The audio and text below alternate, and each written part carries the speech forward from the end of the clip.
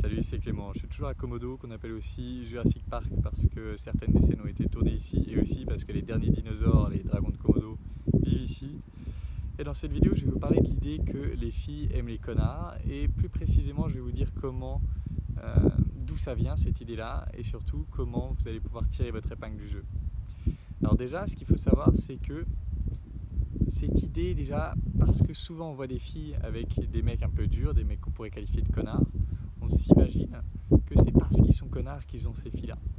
Mais si on va un peu plus en détail, c'est un discours qu'a tenu Jordan Peterson dans son cours sur la personnalité. Il disait que, en fait, un des traits caractéristiques de ce qu'on appelle les connards, c'est d'être désagréable. En anglais, disagreeable. Le mot anglais est mieux parce que ça ne veut pas juste dire quelqu'un un peu désagréable, ça veut dire quelqu'un qui ne montre pas son accord très souvent. Donc quelqu'un qui ose montrer son désaccord, quelqu'un qui ose exprimer une opinion différente et imposer une opinion différente.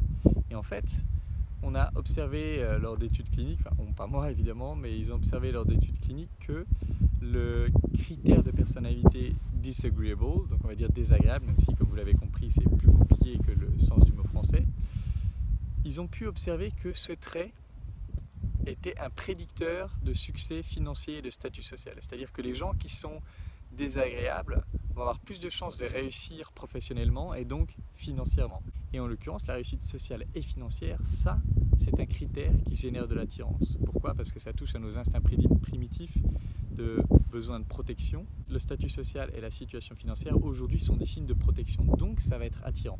Et en fait, souvent, on va se dire, ah ben, c'est parce qu'ils sont connards qu'ils ont les filles. Non, c'est parce qu'ils ont le statut social et la réussite financière qu'ils sont plus attirants d'un point de vue de la société.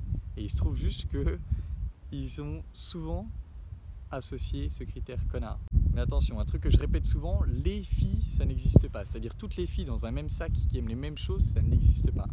C'est vrai que la majorité des filles va apprécier le fait d'avoir un statut social et d'une bonne situation financière, mais seulement une petite partie va aimer être avec un connard, quelqu'un qui lui fait du mal, et seulement une petite partie va être prête à garder la situation sociale et financière en dépit du fait que le mec soit un connard.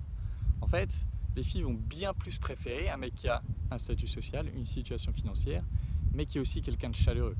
Elles vont bien plus préférer ça tout simplement parce que un mec connard, ça peut devenir violent et donc c'est dangereux, c'est effrayant. Ce qui veut dire que si vous êtes capable de vous frayer un chemin, de vous construire la vie que vous voulez, de vous construire un statut social et une situation financière tout en étant un mec bien, vous allez être en fait beaucoup plus attractif pour un nombre beaucoup plus grand de filles.